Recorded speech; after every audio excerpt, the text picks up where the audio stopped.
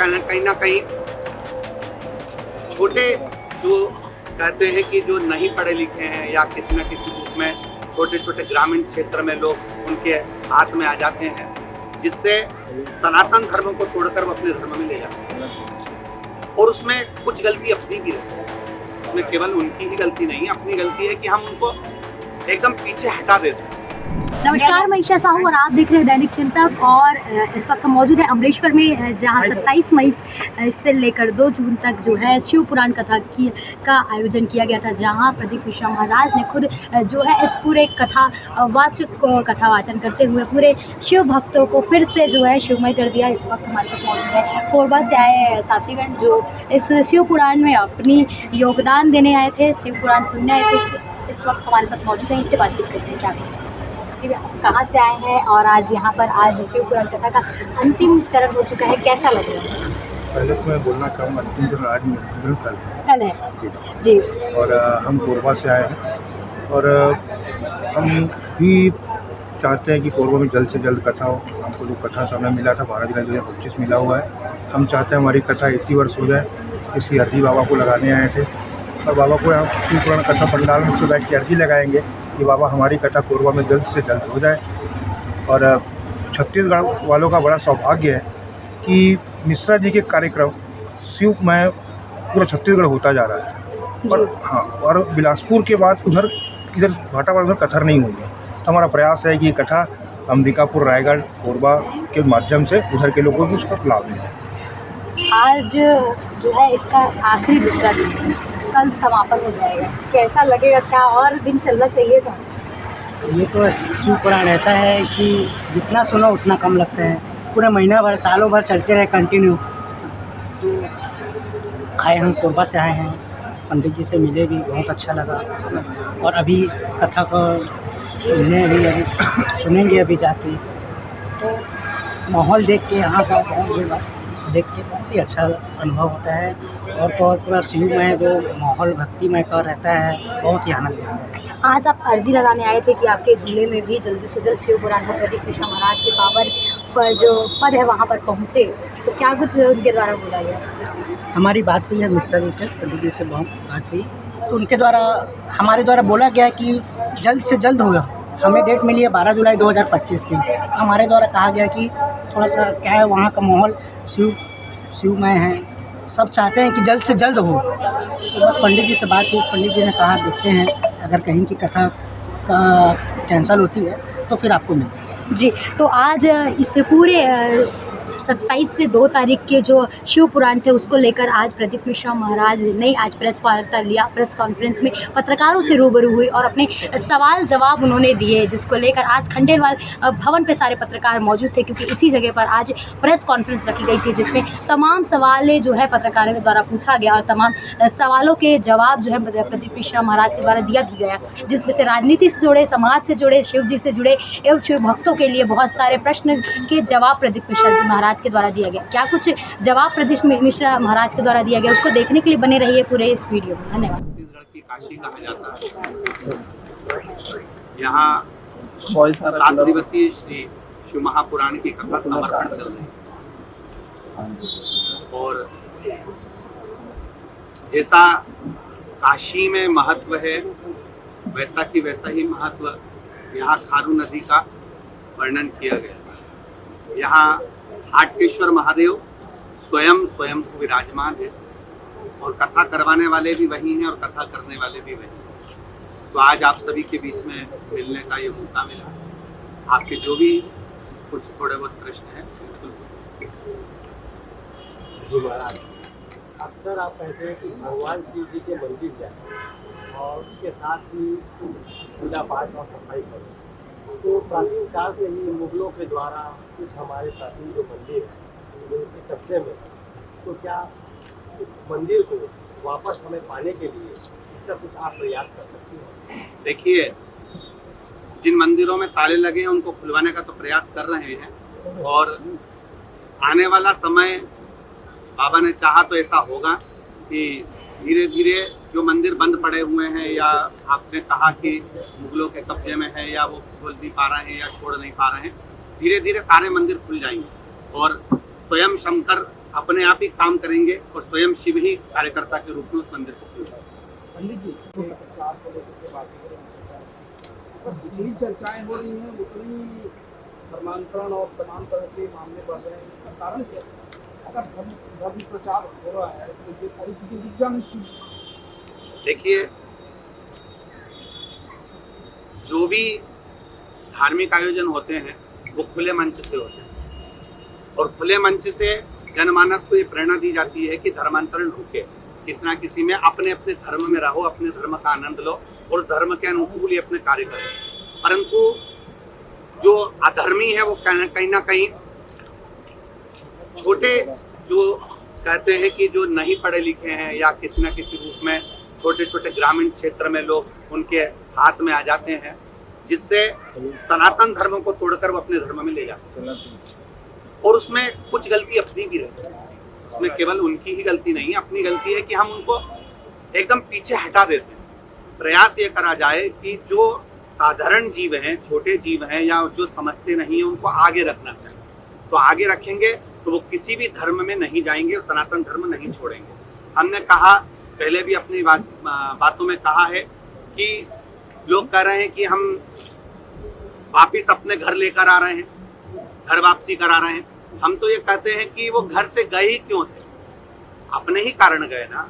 अपन लोगों ने ही कुछ गलती करी होगी या उनको अग्रण्यता नहीं रखी होगी या उनको आगे नहीं रखा होगा या उनको अपेक्षित कर दिया होगा। तो प्रयास ये करें कि उनको पीछे ना हटाकर उनको आगे लाएंगे तो धर्मांतरण भी धीरे धीरे बंद हो जाएगा। इसी में एक सवाल है, शंकराचार्य के खिलाफ अलग-अलग उन्होंने स्पष्ट तौर पर कहा कि बिना प्रशासनिक समर्थन के धर्मांतरण संभव नहीं है।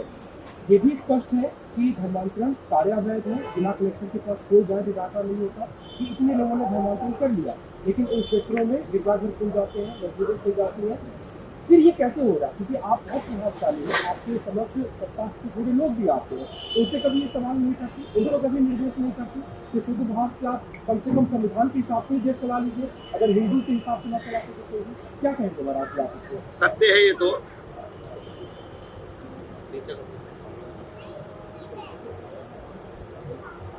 ये बिल्कुल सत्य है। धर्मांतरण का लेखा जोखा आपने जैसे कहा कि सरकार के पास होता है कि नहीं होता है, ये पक्का नहीं है। पर प्रयास ये नहीं कि सरकार भी नहीं करती, प्रयास वो भी करती है कि सब अपने अपने धर्म में आनंद से रहें। मूलतः आपका प्रश्न है, मूलतः प्रश्न ये है कि क्योंकि सत्ता के संरक्षण में हमेशा होता रहा, वोट बैंक की राजनीति के चलते सत्ता ने कभी इसकी स्पष्ट रूप से काम नहीं किया। क्योंकि आपके पास सत्ता से जुड़े तमाम प्रभावशाली लोग आते हैं, कभी उनसे प्रश्न कर लीजिए, कभी उनको निर्देश दे दीजिए कि आप संविधान के हिसाब से चला लें, तो ये रुक जाए। बिल्कुल सत्य है। अगर संविधान के हिसाब से भी चलते हैं तो धर्मांतरण रुक सकता है। बिल्कुल सत्य है आपका कहना। और आने वाले समय में अगर कोई राज सत्ताधारी आएंगे तो हम जरूर ये प्रश्न करेंगे और उन तक पहुँचाएंगे। पंडित जी, भारतीय कथाओं का हिस्सा ये होता है कि जो कैंसर की बीमारी का इलाज मिल जाए, किसी को अन्य बीमारी का इलाज मिल जाए, तो ये कैसे संभव होता है? क्या ऐसा कुछ चमत्कार है या ये क्या है? देखिए, चमत्कार तो हमारे यहाँ शिव महापुराण में वर्णन ही नहीं है चमत्कार का। हमारे यहाँ तो ये है कि विश्वास, क्योंकि तुलसीदास जी ने भी शंकर भगवान को विश्वास शंकर रूपिणो कहा है। अर्थात जब हमारा कोई विश्वास पक्का होता है ना तो पत्थर भी पिघल जाता है। जब हमारा विश्वास पक्का होता है ना तो अपने अंदर वो ऊर्जा अपने आप उत्पन्न होने लगती है कि मेरे को वो रोग है ही नहीं। मैं मतलब भगवान की भक्ति कर रहा हूँ, मतलब मैंने बेलपत्र खाई है या मैंने जल किया है शंकर का चढ़ा हुआ, तो मुझ में वो रोग नहीं है। आप ये विचार करिएगा कि ये घर के लोग मेरे दुश्मन हैं, तो ये पक्का है कि वो 15 दिन में आपके दुश्मन बन जाएंगे। आपने अगर मन से निकाल दिया कि मेरा संसार में कोई दुश्मन नहीं है, तो आप अलमस्त होकर जिएंगे और सब आपके पक्ष में रहेंगे। तो उसी तरह रोग, बीमारी, इसका हम तो हमारे कथाओं में भी कहते हैं कि डॉक्टर शंकर का एक रूप है। ये हमारी व्यासपीठ से हम हमेशा कहते हैं डॉक्टर के लिए कि डॉक्टर शंकर का एक रूप है। आप पहले दिखाओ, उनकी जांच कराओ, वो जैसा बोलते हैं वैसा वैसा करो, दवाइयां लेते रहो और उसके साथ में शिव जी पर भरोसा करो, विश्वास करो और शंकर पर चढ़ी हुई बेलपत्र या जल पीते रहें तो उससे रोग का निवारण होता ही है। हम क्योंकि उसको औषधि के रूप में ले रहे हैं और औषधि के रूप में ले रहे हैं तो वो कहीं ना कहीं आपको अच्छा देगी। गरीब वर्ग की महिला काफी पीड़ित है। यहाँ भी लोग ऐसे हैं, डॉक्टर पास फीस बता रहे हैं, वो डॉक्टर बोलता है कि 5 लाख रुपए के बाद बोलता है इसका ऑपरेशन करूँगा। तो ये कैसे, ये किस तरह देखिए, कैसे डॉक्टर सी है तो उसको पैसा नहीं मांगना? नहीं, पैसा नहीं मांगना, परंतु हो सकता है डॉक्टर के अनुसार जो भी औषधि लग रही हो या उनकी दवाइयाँ लगती हो या कोई बड़ा डॉक्टर आ रहा हो और उसका ऑपरेशन कर रहा हो, तो ये उनका मैटर है। परंतु हम तो यही कहेंगे कि जो आपको देख रहा है, इन वक्त पर काम आ रहा है, चाहे वो आपका पड़ोसी क्यों ना हो, आपकी दुख की घड़ी में अगर काम आ रहा है तो वो भी शिव का एक रूप है। तो कहीं ना कहीं आपको अगर तकलीफ से कोई मुक्त कर रहा है तो वो शंकर का ही रूप मानते हैं। महाराज जी, मैं सच बता रही चित्रा पटेल, और देश में बढ़ते अपराध महिलाओं के साथ हो रहे अत्याचार का कारण आप क्या मानते हैं, कैसे कम किया जाए? अज्ञानता है व्यक्ति में। आज के समय में अगर अपराध अभी भी हो रहे हैं या किसी महिला के साथ या पुरुष के साथ या बच्चों के साथ अपराध हो रहे हैं तो ये उनकी अज्ञानता। नहीं तो आज के समय में अगर पढ़ा लिखा वर्ग का व्यक्ति है तो वो कहीं ना कहीं किसी ना किसी रूप में लोगों को सपोर्ट कर रहा है, किसी ना किसी रूप में लोगों को सहयोग प्रदान कर रहा है, और वो कहीं ना कहीं किसी ना किसी रूप में उसको अच्छा करने का प्रयास कर रहा है। कुछ लोग ऐसे होते हैं जो कि कहीं ना कहीं किसी ना किसी रूप में अपनी बुद्धि से तो काम करते नहीं है, दूसरे की बुद्धि से काम कर कर अत्याचार करते हैं। महाराज जी, इन दिनों छत्तीसगढ़ में 47 डिग्री तक जो है धूप चल, 40 से 50 से ज्यादा की भीड़ आ रही है, तो उन भक्तों को कुछ कहना चाहेंगे आप? भक्तों को मैं इतना ही कर रहा हूँ, हम लोग व्यासपीठ से प्रतिदिन, कल भी हमने वर्णन किया था कि वृक्षारोपण करिए, जल को अच्छा स्वच्छ रखिए, नदी तालाब बावड़ी को स्वच्छ रखिए। तो प्रयास ये रहता है कि सबको ये प्रेरणा मिल जाए कि किसी ना किसी रूप में अगर एक एक वृक्ष भी लोग लगाएंगे, जितने लोग आए ना, अगर सुनकर जाएंगे तो एक एक वृक्ष भी लगाएंगे तो आने वाला समय ये टेम्परेचर नहीं होगा, टेम्परेचर डाउन हो जाएगा। महाराज जी, विधानसभा का चुनाव चल रहा है, 3 दिन बाद परिणाम भी आने वाले, किस तरह से देखते हैं और इस बार कौन आएगा सत्ता पे, क्या सरकार कैसी होनी चाहिए? ये तो वक्त बताएगा, और यही कहूंगा कि जो भी कुर्सी पर बैठे या सत्ता में बैठे वो हमारे सनातन धर्म का हित करे, राष्ट्र का हित करे और हमारे भारत को विकास की ओर लेकर जाए। देश में लोकसभा का चुनाव चल रहा है, देखा जा रहा है कि आधार पर आरक्षण एक बड़ा मुद्दा निकल करके आया, तो राजनीति में ये धर्म की बातें लेकर के आना नहीं लगता? देखिए, धर्म में राजनीति, राजनीति में धर्म तो शुरू से चलता आया है। दशरथ जी महाराज के समय पर भी गुरुजन बैठते थे, जनक जी के समय पर भी गुरुजन बैठते थे, तो ये तो थोड़ा थोड़ा धर्म के साथ में राजनीति का क्रम चलता ही रहता है। हालांकि धर्म को राजनीति की जरूरत नहीं पड़ती, पर राजनीति को धर्म की जरूरत बहुत पड़ती है, जिससे उनका सत्मार्ग रहे और उनका मार्ग सुलभ हो। महाराज जी, विदेश में जो राजनीतिक दल बीजेपी, कांग्रेस, टीएमसी, तमाम ऐसे, कौन से आपको ज्यादा हिंदू धर्म के करीब लगते हैं, उनसे ज्यादा सभी हिंदू हैं और सभी हिंदू धर्म के करीब में है। जो सनातन धर्म की बात करे या राष्ट्र के कल्याण की बात करे, आज नवयुवक बच्चों को, बच्चियों को, आज के समय के लोगों को जो किसी न किसी रूप में अच्छा रोजगार दे दें और इन लोगों के लिए अच्छा सोचें, वो सब हमारे ही हैं, वो सब अपने ही हैं। तो सभी, कोई हम किसी पार्टी के नहीं, सभी पार्टियां हमारी है। बस ये है कि कुर्सी पर बैठो तो उसका प्रयोग सही करें, सदुपयोग करें। महाराज जी, आपने भी वोट डाला होगा, आपके लिए क्या मुद्दे रहे, आप किस मुद्दों को लेकर आपने वोट डाला है? हमारे तो मूल मुद्दे जो रहते हैं वो केवल एक ही रहता है कि जो नवयुवक लड़के इतनी पढ़ाई कर कर आगे बढ़ रहे हैं, जो नवयुवक बच्चे इतनी विद्या अध्ययन कर रहे हैं, एक एक डिग्रियां ले लेकर बैठे हुए हैं, इनका रोजगार अच्छा हो जाए और कहीं ना कहीं हमारे सनातन धर्म को कोई ठेस ना पहुंचे और हमारा राष्ट्र उन्नति की ओर बढ़े। और पूरे भारत देश में यहाँ से बहुत सारी चीज उपलब्ध कराई जाती है, तो किसान जो भाई है पूरे देश प्रदेश के साथ लोग, तमाम लोग यहाँ छत्तीसगढ़ में कमाने खाने के लिए आते हैं, लेकिन छत्तीसगढ़ के जो लोग हैं, किसान भाई है, अपने खेत खान को बेच कर पूरे देश प्रदेश बाहर जगह बिखर के जा रहे हैं और कमा रहे हैं तमाम जगह। बाहर के लोगों को यहाँ धन के लिए, और यहाँ जो आता है एक बार, जिस प्रकार से आप भी देखिए छत्तीसगढ़ से आए हैं, तो आप भी यहाँ जा नहीं पा रहे हैं। आपने खुद कहा कि छत्तीसगढ़ में लगातार कथा सुनाते जा रहा हूँ, मोह लग गया और छत्तीसगढ़ में जो भी आता है यहाँ बस जाता है, लेकिन यहाँ के तमाम किसान जो भाई है खासतौर पर, वो बाहर जाके बस रहे हैं, कमा खा रहे हैं। अपनी किसानी जो है, किसान जो होता है खुद से खाता नहीं है अपना दूसरों का, बल्कि वो दूसरों को खिलाता है पैदावार करके। तो जमीन जायदाद खेत खार जो ना बेचे, और जो गौ हत्या हो रही है, गौ मांस जो है वो मार्केट में बिक रहा है, इस इसको भी बंद कराया जाए, इसके प्रति आप क्या कहना चाहेंगे? और किसानों को जो रेट हटा देंगे, छत्तीसगढ़ को फिर से ढांचा क्या? देखिए, हम लोगों ने पहले भी कहा है कि एक जवान और एक किसान, एक जवान बॉर्डर पर रहता है जो भारत की भूमि की रक्षा करता है, और एक किसान अपना पेट काट कर जनमानस को खिलाता है। हम तो छत्तीसगढ़ को जो धान का कटोरा कहते हैं, छत्तीसगढ़ महातारी को, हम तो एक ही बात कहेंगे कि यहाँ का किसान जो है वो अपनी भूमि को बेच कर ना जाए, यहीं रहकर जो आनंद उसको अपनी भूमि पर है वो दूसरी जगह नहीं मिल सकता। वहाँ गुलामी करने से अच्छा है कि आप अपनी जमीन करें, अपनी जमीन उपजाऊ करें और उससे जो फसल उत्पन्न हो उससे अपना भरण पोषण करें। तो प्रयास तो यही करते हैं, हम लोग भी व्यासपीठ से यही करते हैं कि कहीं दूसरी जगह, जैसे हमारे पूर्व में जो गुरुकुल थे और आज के जो स्कूल हैं, हम लोगों ने पहले भी कहा है कि जो स्कूल विदेशियों ने खोले हैं, अंग्रेजों ने खुलवा कर गए हैं, इसमें कोई राजा पैदा नहीं होता, इसमें केवल गुलाम ही पैदा होता। पर जो पुराने जो गुरुकुल थे, उन गुरुकुल में गुरु अपने शिष्य को राजा बनाने का प्रयास करता था, गुलाम बनाने का प्रयास नहीं करता था। इसलिए पूर्व में राजा भी बहुत हुए। तो हमारा तो प्रयास यह है कि अपनी भूमि को छोड़कर, अपनी मातृभूमि को छोड़कर कहीं ना जाएं और इसी भूमि पर रहकर गौ माता की भी सेवा करें और राष्ट्र के लिए जो आप अन्न उपज करते हैं, जनमानस का पेट भरते हैं, वही करें। जगत गुरु शंकराचार्य 4 पीठ के हमारे पूरे सनातन धर्म की एक ऊर्जा है, प्रेरणा है, और वो शंकर का एक अवतार है। उनके जो शब्द हैं वो शिव के शब्द हैं। वो उनकी भाषा में जो भी कहे हैं उसको हमने स्वीकार किया है, और वो आगे जो प्रेरणा देंगे उसको भी स्वीकार करेंगे। उनके शब्दों के लिए कुछ बोलने के लिए मेरे पास कोई शब्द नहीं है, क्योंकि वो शंकर का एक है। बहुत जरूरी है, हमने अपनी भाषा में कहा है कि 4 बच्चे पैदा करो, 2 बच्चे खुद के लिए रखिए और एक सनातन धर्म की ऊर्जा को बढ़ाने के लिए रखिए, और एक राष्ट्र के लिए बॉर्डर पर लड़ने के लिए सैनिक के रूप में दीजिए। क्योंकि ये आने वाली पीढ़ी में जब एक ही घर में बच्चा होगा तो वो माता पिता को पूछेगा कि राष्ट्र की सेवा करेगा, तो राष्ट्र सेवा के लिए 2 बच्चे होना बहुत जरूरी है। कानून लाएंगे जब देखा जाएगा, अभी तो कर लो। महाराज जी, युवा पीढ़ी को क्या संदेश देंगे?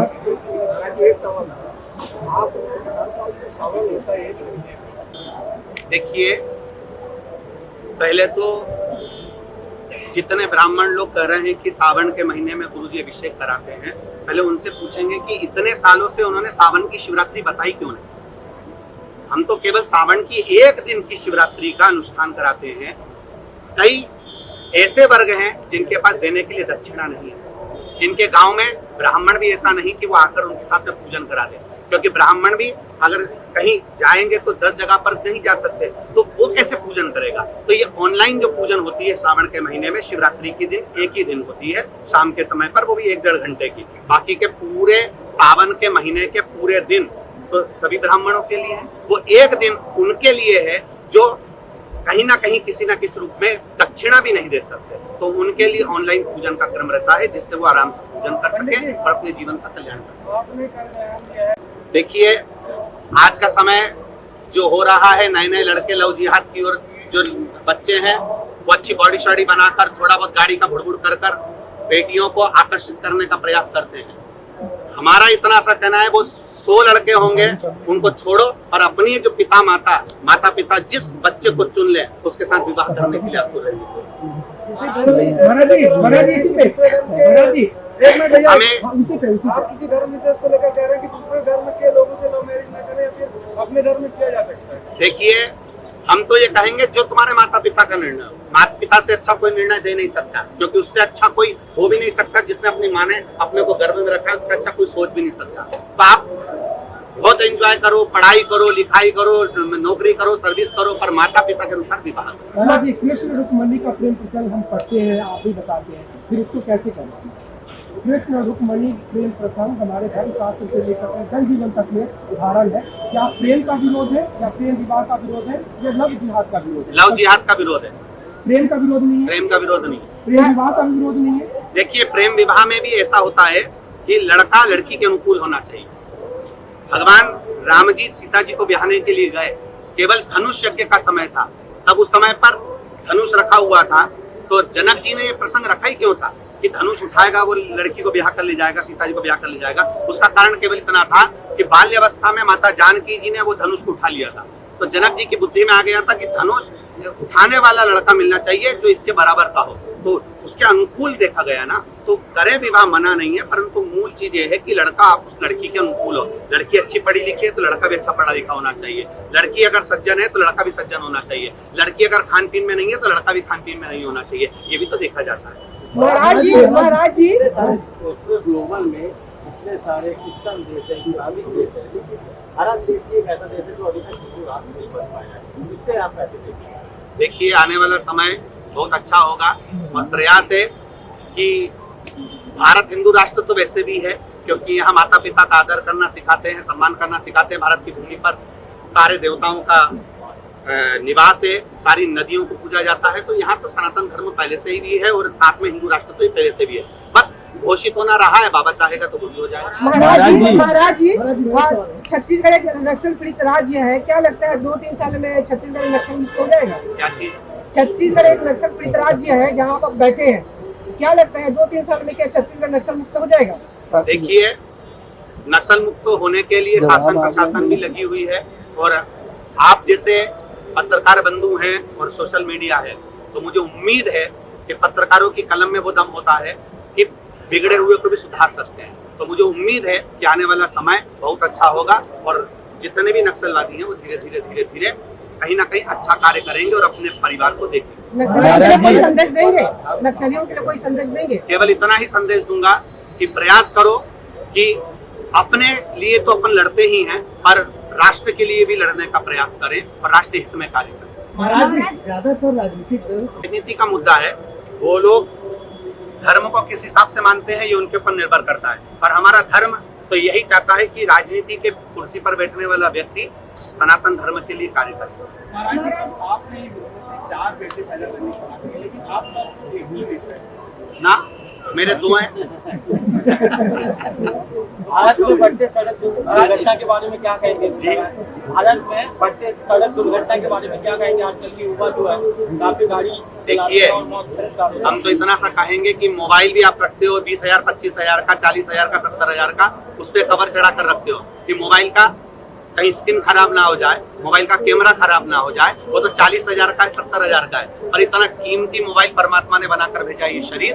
तो जब भी बाहर निकले तो हेलमेट लगा कर जाएं और अपनी सेफ्टी का ध्यान रखें, सीट बेल्ट लगा कर जाएं और स्पीड ब्रेकर या शासन के जो नियम है उसको फॉलो करते हुए। महाराज जी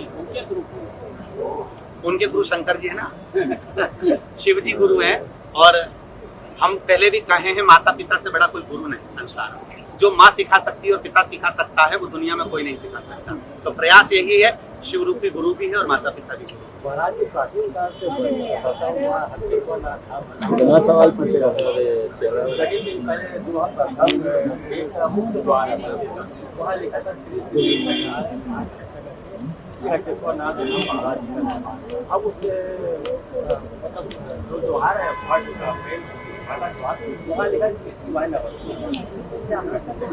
देखिए, चाहे तो शंकर का नाम किसी भी रूप में ले लें, ओम नमः शिवाय बोल लें, नमः शिवाय बोल लें, श्री शिवाय नमस्तुभ्यम बोल लें, महामृत्युंजय का अनुष्ठान कर लें।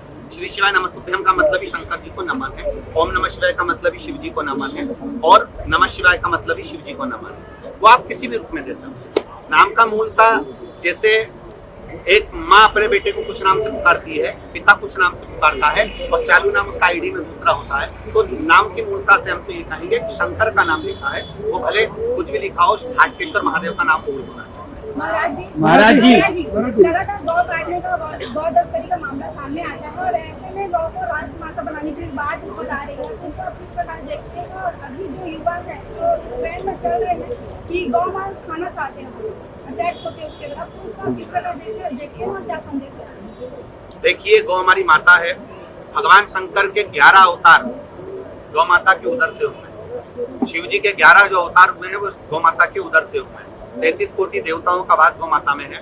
आज जगत गुरु शंकराचार्य जी भी गौ माता के हित के लिए, उसकी रक्षा के लिए एक यात्रा लेकर निकले हुए हैं। तो हम तो यही कहेंगे नवयुवक बच्चों से, घर के संस्कार आपके श्रेष्ठ हों तो गौ माता को रोटी दीजिए, उसको खाने का प्रयास न कीजिए। बस इतना प्रयास सब लोग करें। महाराज जी एक योद्धाओं का किया जाता है 33 कोटि देवताओं का एक क्रम होता है जिसके अंतर्गत 64 योगिनियों का वर्णन आ जाता है, फिर 11 रुद्रों का वर्णन आ जाता है, ज्योतिरों का वर्णन आ जाता है, देवियों का वर्णन आ जाता है, फिर श्रृंखलाओं में उनको गिना गया तो उसको कोटि देवता कहते हैं 33 कोटि। उसमें सारे देवताओं का एक अंश माना गया, मतलब एक ही प्रतिबिंब में सबको बुझाया गया।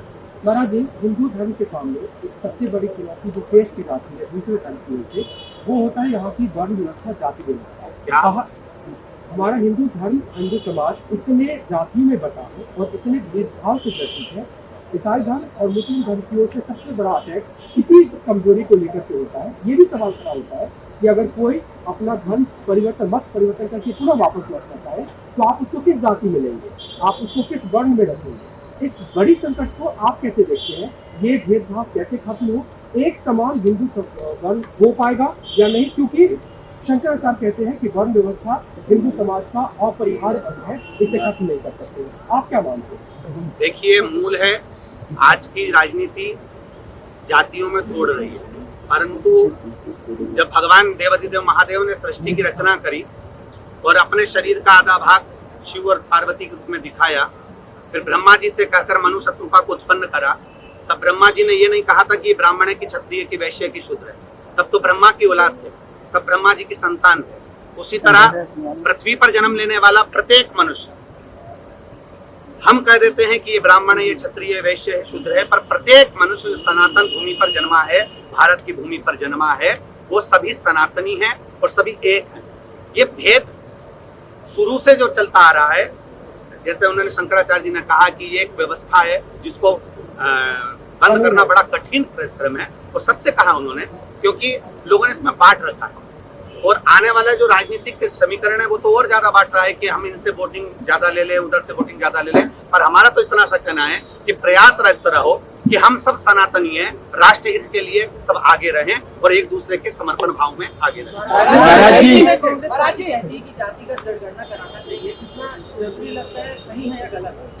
देखिए जातिगत जनगणना कराने से कोई मतलब नहीं है। आप तो ये देखो कि आने वाला समय, हम राजनीति में कोई भी कुछ कह रहा है, हम तो इतना सा जरूर कहेंगे कि सनातन धर्म की इसकी बात करें जो भी करें। मूलतः यहाँ पर सबके ब्लड अलग है, पर तो जब दोचेंगे तो खून का रंग तो एक ही है ना, तो उसी तरह से सबको एक मानकर चले, प्रयास यही रहे। हमारे व्यासपीठ में, हमारे समूह में व्यासपीठ के सामने भी सभी तरह के लोग बैठते हैं। आप जब किसी को बिस्कुट का पूड़ा देने जाते हो तो ये थोड़ी ना पूछते हो कि ब्राह्मण है, कि क्षत्रिय, की वैश्य, की शूद्र है। वो तो बिस्कुट का पेड़ा आपने इसलिए दे दिया कि जो भक्त है, कथा स्मरण करने आया, वो सब शिव भक्त है। उसी तरह सबको एक मानकर कार्य करे, यही भावना।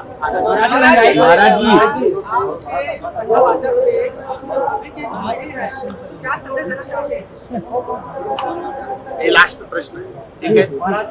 तो नवयुवक टीम को, आने वाली पीढ़ी को शिव महापुराण के माध्यम से यही कहना चाहूंगा कि अपने घर में रहकर, अपने परिवार में रहकर जितना प्रेम से आप दूसरे से बात करते हो, जितना प्रेम से आप अपने फ्रेंडों से बात करते हो, जितना प्रेम से आप अपने ऑफिस में बात करते हो, उतना प्रेम अपने घर में जो परिवार के सदस्य हैं उनसे वो प्रेम बनाकर चलो, क्योंकि घर में जितने सदस्य होंगे उनसे जो प्रेम रहेगा वो आपको भी खुश रखेगा और आपके जीवन में। आज महंगाई को लेकर कुछ कहेंगे? महंगाई को लेकर श्री धन्यवाद। आप देख रहे हैं दैनिक चिंतक। आगे की अपडेट के लिए बने रहे हमारे साथ। हमारे चैनल को लाइक, सब्सक्राइब और शेयर करना ना भूलें।